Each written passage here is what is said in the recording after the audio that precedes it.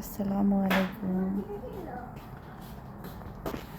এখন হচ্ছে সকাল, একদম একদম সকাল। এখন সকাল পরে সব ঠান্ডা,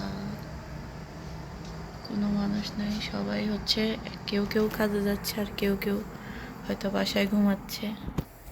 এই যে পরোটা করতেছি।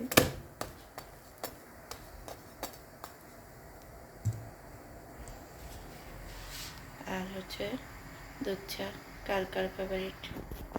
কোথায় চলে গেছে তাড়াতাড়ি করে। ভাবছিলাম আজকে না, দুপুরবেলা অনেক গরম ছিল, এখন বাতাসটা ঠান্ডা নিয়ে আসতেছে। বিরক্তিকর রৌদ্র।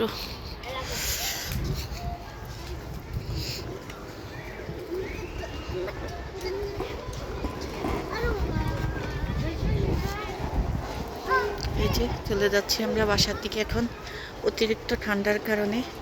আর সূর্যটা কি সুন্দর লাগতেছে না, আলাদা রকমের লেজ দিচ্ছে। মেয়েকে নিয়ে বাসায় থাকতেই পারতেছি না,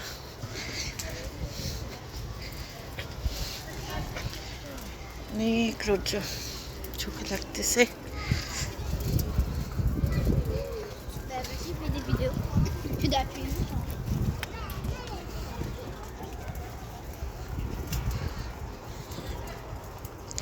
রৌদ্রের কারণে কিছুই দেখা যাচ্ছে না।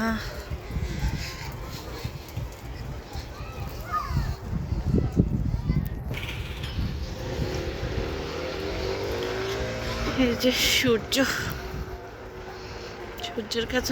কারণে কিচ্ছুই বোঝা যাচ্ছিল না। সূর্যটা এমনভাবে চোখে পড়তেছে। ওই যে দেখুন আমার মেয়েটা কি করতেছে, দুষ্টামি, শুধু দুষ্টামি। দুষ্টামিতে সে সেরা। বাচ্চারা দুষ্টামি করবে, সবাই মাশাল্লাহ বলবেন। কি ব্লগ দিব নিজেও জানি না। আমার তো আর বাহির থেকে বাহিরে হওয়া হয় না বেশি, মোটামুটি বাইরে হওয়া হয় একদমই খুব এই সাইড থেকে এই জিনিসটা সুন্দর লাগতেছে।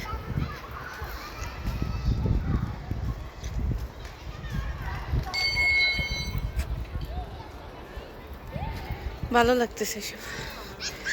এই জন্য এখন বাসায় চলে যাচ্ছি। কি করতেছো তুমি রাফিয়া?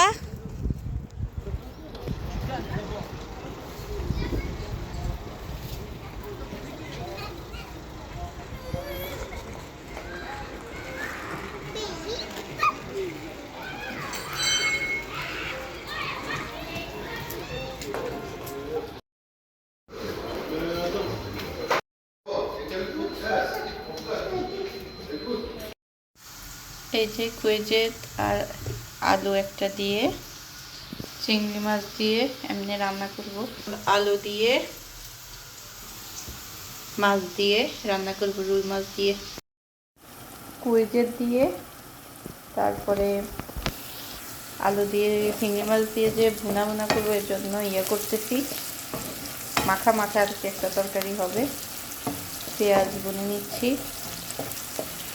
ভালো করে হয়ে যাক, মশলা দিয়ে তারপরে সবজি কষিয়ে নিব। রসুন দিয়ে দিচ্ছি আর লবণ দিয়ে দিচ্ছি, এখন ভালো করে কষিয়ে নিই।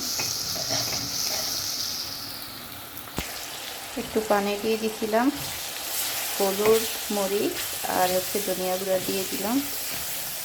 এখন ভালো করে কষিয়ে নিই।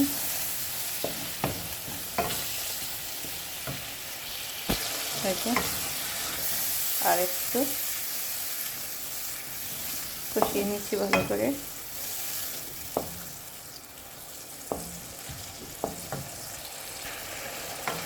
হাফ টমেটো দিয়ে দিচ্ছি, কেটে একটু টমেটোটা শক্ত, এই জন্য আগে দিয়ে দিলাম, শক্ত জাতীয়। হয়ে যাক, আরেকটু কাঁচামরিচ আছে, ওগুলো দিয়ে দিই। হয়ে গেছে মশলাটার জন্য। আলু আর কুইজেট বলে এখানে, দেশে কি বলে তা জানি না। এটা দিয়ে দিলাম, এখন কষিয়ে নিব। একটা মাখা মাখা তরকারি হবে কয়েকটা চিংড়ি মাছ দিয়ে, একদম ছোট রকমের আর কি তরকারি।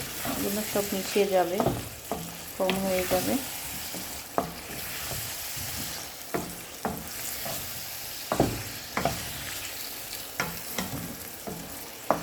মিশিয়ে নিচ্ছি, এখন ঢাকনা দিব। চিংড়ি মাছগুলো গলবে না, এই জন্য চিংড়ি মাছগুলো মিশিয়ে দিচ্ছি, একসাথে হয়ে যাবে। ফ্লেভারটা, মাছের ফ্লেভারটা তরকারির সাথে মিশে যাবে। এবার ঢাকনা দিয়ে দিচ্ছি। এই যে তরকারি কষিয়ে নিচ্ছি, তারপরে অল্পটুকু পানি দিয়ে দিব, বেশি দিতে হবে না। তারপরে ধনিয়া পাতা হালকা দিয়ে দিব। এই যে পরিমাণ মতো ঝোল দিয়ে দিছি। এখন ভালো করে ফুটে আসলে একদম মাখা মাখা হয়ে যাবে। পানি একদমই অল্প রাখবো ঝোল। ঢাকনা দিয়ে তেলটা গরম হয়ে গেছে, এখন মাছগুলো দিয়ে দিব।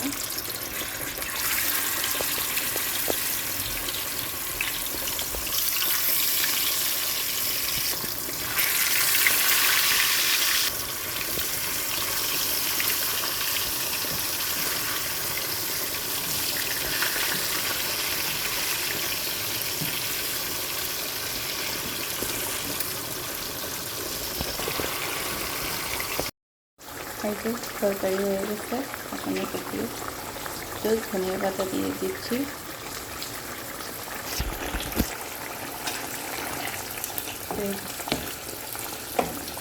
হালকা ঝোল না থাকলে খেতে ভালো লাগবে না।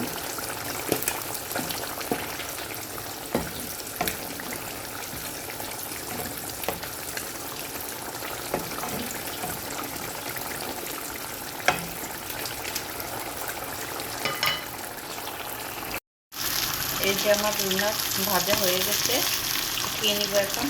আলু দিয়ে মাছ দিয়ে রান্না করার জন্য পেঁয়াজ কাঁচামরিচ দিয়ে দিছি, দিয়ে দিচ্ছি। আগে থেকে একটু ইয়ে করে রাখছিলাম, গুঁড়া মশলাগুলো দিয়ে দিচ্ছি। এখন ঢাকনা দিয়ে দিব, কষিয়ে নিব। মশলা কষে গেছে, এর জন্য আলু দিয়ে দিচ্ছি। একদম মশলার সাথে মিশিয়ে নিই। আলু বেশি না, দুইটা। এই তরকারিটা হচ্ছে আমার আর আমার মেয়ের হয়তো, আর তো এগুলা দিয়ে খাইতে নাও পারে, এই জন্য চিংড়ি মাছ দিয়ে ওই তরকারিটা করেছি। টমেটো 3 পিস দিয়ে দিলাম।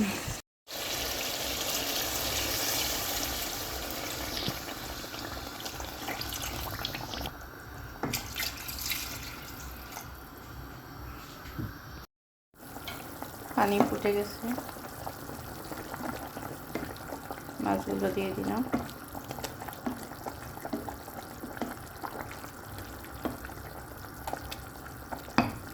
হতে থাকুক, কাঁচামরিচ ছিল দিয়ে দিলাম। এই যে তরকারি হয়ে গেছে, এখন ধনিয়া পাতা দিয়ে দিব।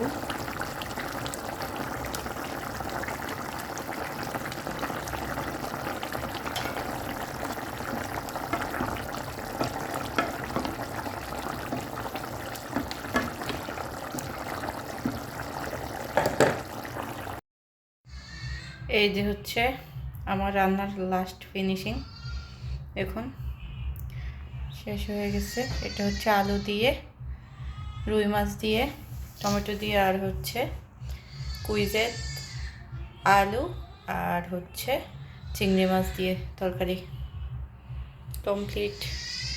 এখন হচ্ছে পুরা ভরা দুপুর হয়ে গেছে, এখনও মেয়েটাকে খাওয়াইতে পারিনি। ছেলেটাও কান্না করতেছে। অনেক অসহায় লাগে বিদেশে, নিজে একা একা সব রান্না বান্না, আবার একদিক দিয়ে নিজের বাচ্চাদের। আজকে ওদেরকে গোসলও করাই দিছি দুজনকে। কাজের প্রেশার পড়লে অনেক খারাপ লাগে শরীর। সবাই দোয়া করবেন, ভালো থাকবেন সবাই। আল্লাহ হাফেজ। আজকের মতো এখানেই শেষ।